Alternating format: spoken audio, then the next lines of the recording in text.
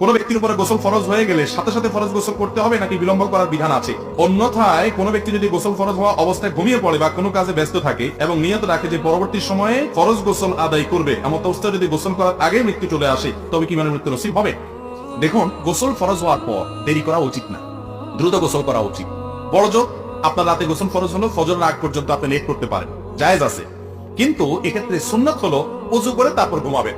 যদি ওযু করে না ঘুমাইলে আপনার গুনাহ হবে না, কিন্তু সুন্নাত হলো ওযু করে ঘুমানো। নবী করিম সাল্লাল্লাহু আলাইহি ওয়াসাল্লাম থেকে এটি প্রমাণিত।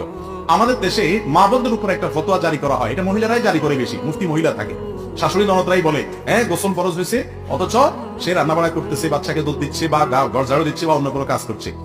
অথচ একই কাজ ছেলে যদি করে তার বিরুদ্ধে কোনো ফতোয়া থাকে না।